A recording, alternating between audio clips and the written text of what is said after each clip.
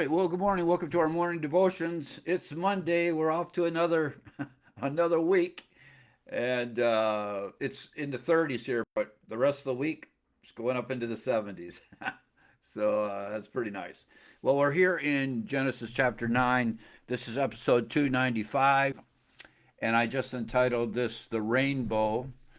And it's interesting here because when you talk about a rainbow, because we're all scientists now, right? And we talk about the refraction of light and all of those things. But the creator of the rainbow is God.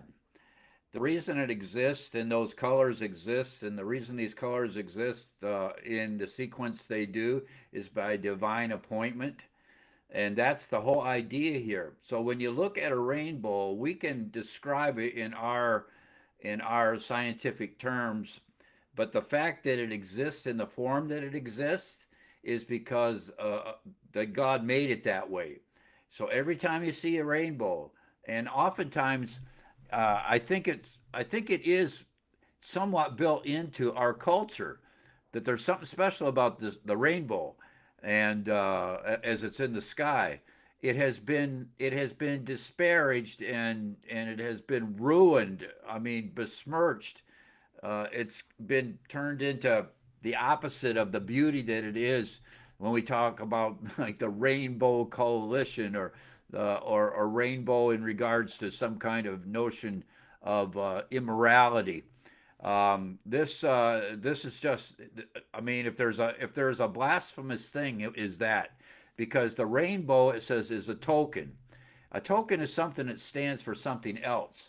So the token that the rainbow is, or a sign, it's a sign from God or a token from God that stands for something else. And what it stands for is that God promised never to destroy the earth again with water. That's what it's all about. Now, when you read in Second Peter chapter 3, the next time the entire, it's not just going to be the earth, but all the created order is going to be destroyed. It's going to be destroyed by fire, but never again with a flood. We have localized floods, we've seen that, but never again the entire planet. And I think again this reinforces the fact that the flood was global, because rainbows are everywhere. Okay, rainbows, we're going to read here, find their cushion or their seat in the clouds, and it's fascinating. But it's because it is a token to everyone, because the whole earth was destroyed. All right, it was a global flood, and so let's just look at the text here a little bit, and let me check something just for a second. Yep, looks like we're good. So we're in Genesis chapter 9, verse 8. And God spake unto Noah and his sons with him, saying, and that's all there is, and their wives. That's it. And I, behold, I establish my covenant with you. And this, again, is looks forward to the Abrahamic covenant. The covenant God makes with men are two kinds. There's a conditional and unconditional covenant. The Mosaic law was conditional because it has a if then, if you do this, then this. If you're good, then this. If you're bad, then this. Unconditional covenant is what we see here, and what we see made earlier with Noah. It is unconditional. That is, it all rests with God. God simply informs man what He's going to do.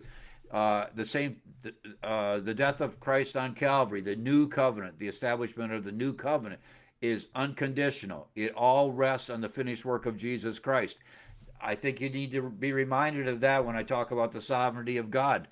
It is unconditional, and if man is included in that covenant, it would immediately make it conditional, because we are conditional people. We are fluid, we are fluctuating, we are fickle, we change our minds. I mean, we're unstable when it comes to that, but God never changes. And so we see these unconditional covenants that God simply says, I'm going to do it, which again, I think is remarkable that God informs us of this, and He enters into these covenants with His creation, with mankind. And here we have another unconditional covenant when He just says, I'm going to do this. All right. It's all on God's side. He said, and I behold, and the word behold just means, it's like He doesn't have fingers, but it's like he's pointing to say, look at that. This is focus on this. Pay attention here. That's what behold means.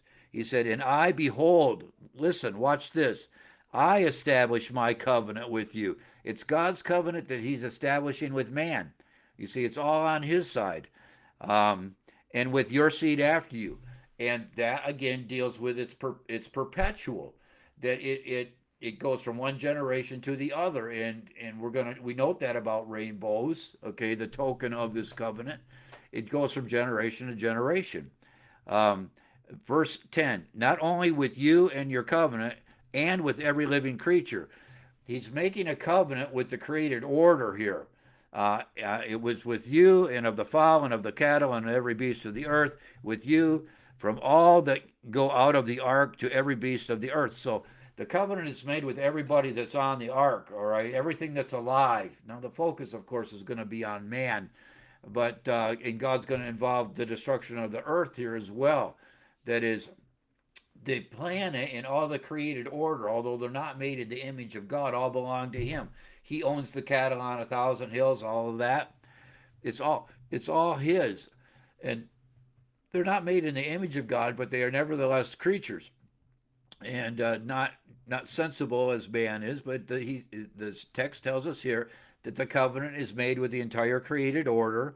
It says in verse 11, and I will, and that when you say I will, that is all unconditional covenantal language. You see it all through the Bible. I will.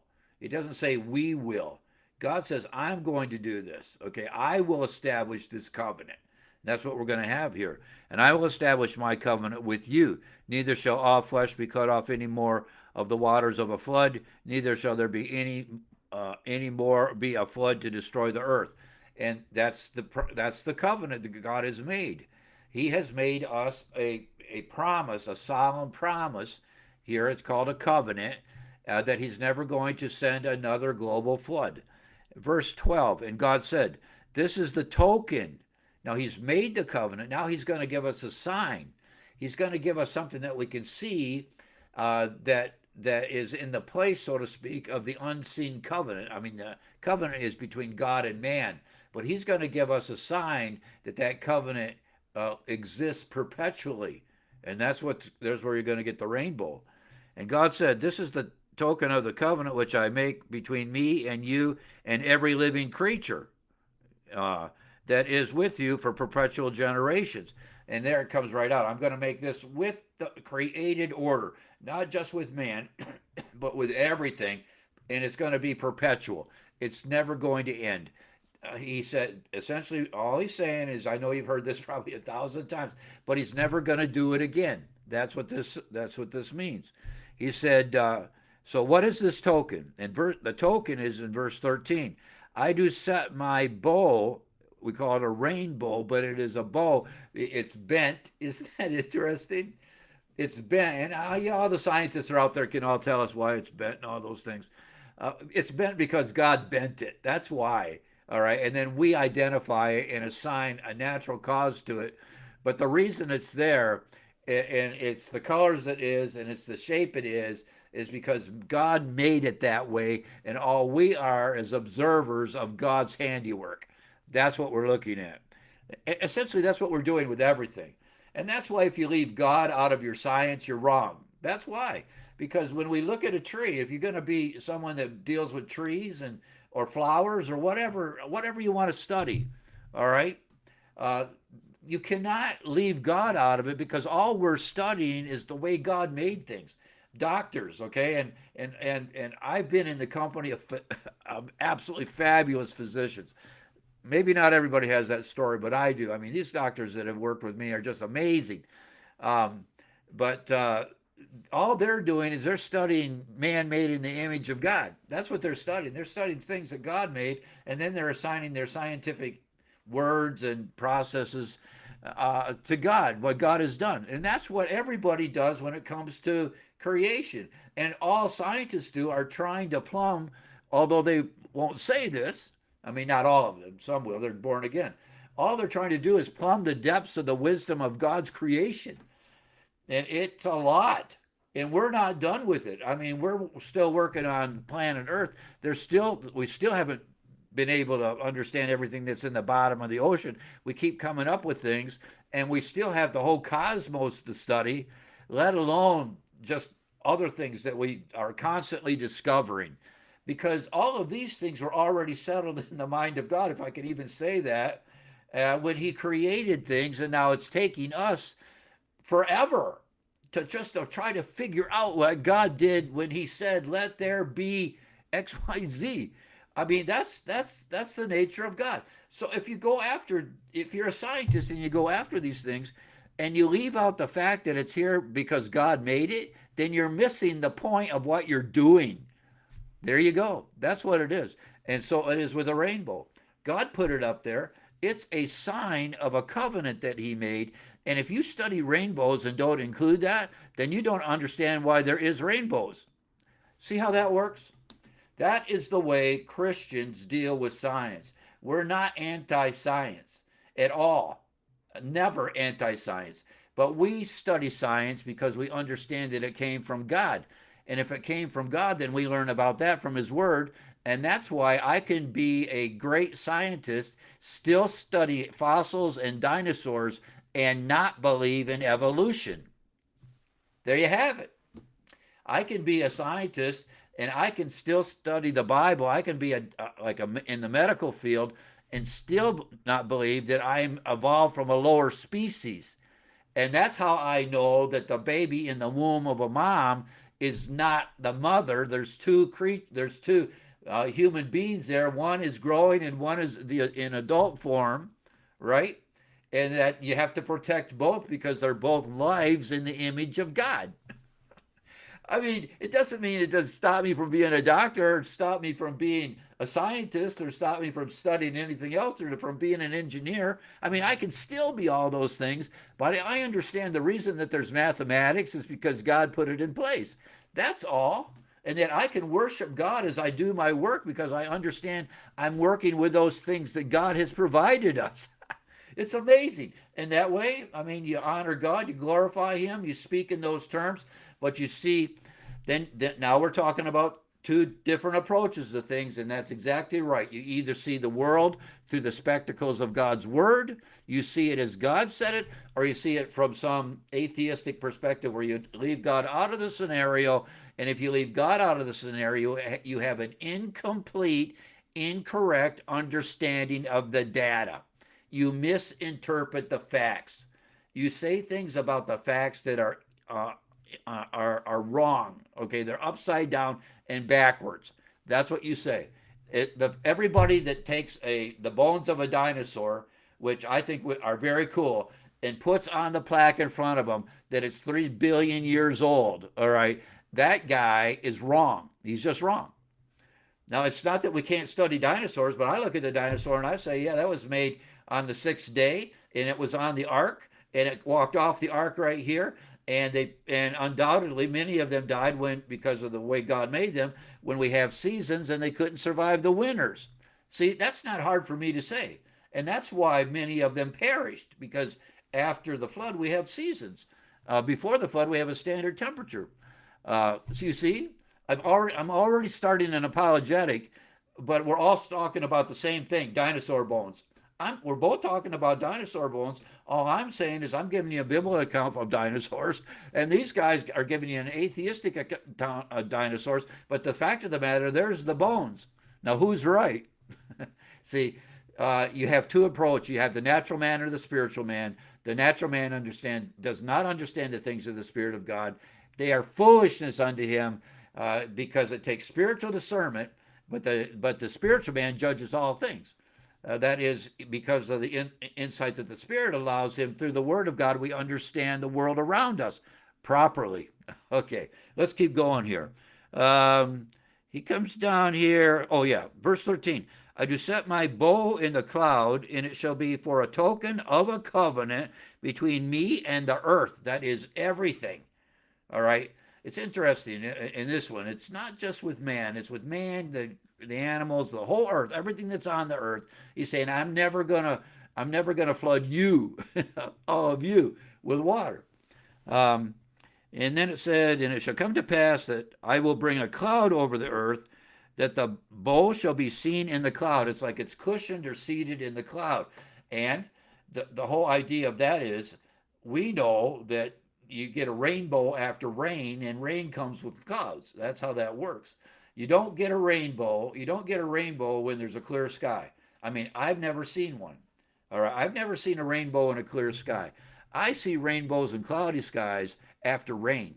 All right, when after the rain and the sun shines through it, and I'm no rainbowologist, okay, but that's what he's saying. It's going to be accompanied with clouds, which we say, yeah, that's true. But God said it when we see the first one here. He said this is the way it's going to work. And verse 15, and I will remember my covenant, as if God needs to remember, but it's such precious language. This is all demonstrations of grace and mercy, the way he talks to us, because you would think, when it comes to Allah, the false god of Islam, it's impossible for this to happen. They don't really talk about this, but Islam is so messed up on so many levels. If God is an absolute monism, that he's absolutely one and there's nothing like him, because he's absolutely one, there's only one, then there's no way he could ever communicate with us, because he's God, so called, and we're not, and we don't speak God. So there's no way we could ever know about him unless he had some way to reveal himself. And then they say, well, there's angels and all that. None of that works. Or the Prophet Muhammad, none of that works either. That's all nonsense. Because if he's a transcendent monad and there's only one, he can't talk to Muhammad or angels either, because they're not God. You see, the whole system is made up out of somebody's mind in the first 1,000 years, somewhere around the first 1,000 years of our history here. It's all made up because when you test it, it falls to pieces at every corner.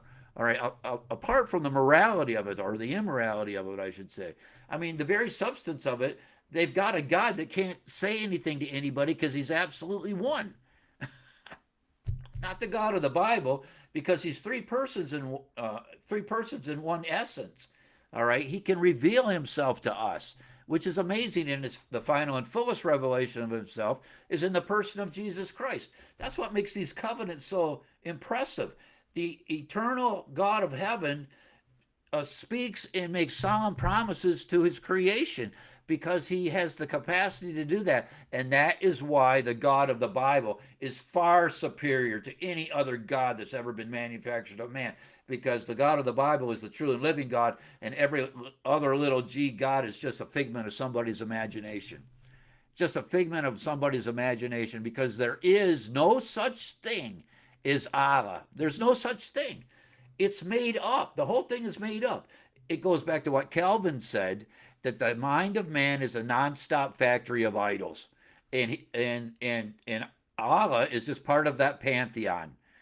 The mind of man is a nonstop factory of idols, and if he will not worship the true and living God, he will make one up for himself and add it to all the other made-up gods, or the pantheon of gods that exist in the world, because there is only one true and living God revealed in the person of his Son, who is one with the Father, and that's Jesus Christ. That's the way that works.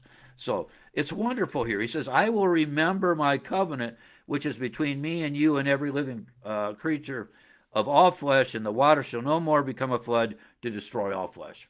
I'm never going to do it again. And the bow shall be in the cloud, and I will look upon it. God's going to look upon the bow. That is, when there's a rainbow and you're looking at it, you know who else is looking at it? God's looking at it. There's the rainbow. And we say it's marvelous. And especially, I don't have it here, but I have a picture of a rainbow over the Arizona Memorial in Honolulu at Pearl Harbor. All right. There is the Arizona Memorial, because the Arizona is still in the bottom of the bay there.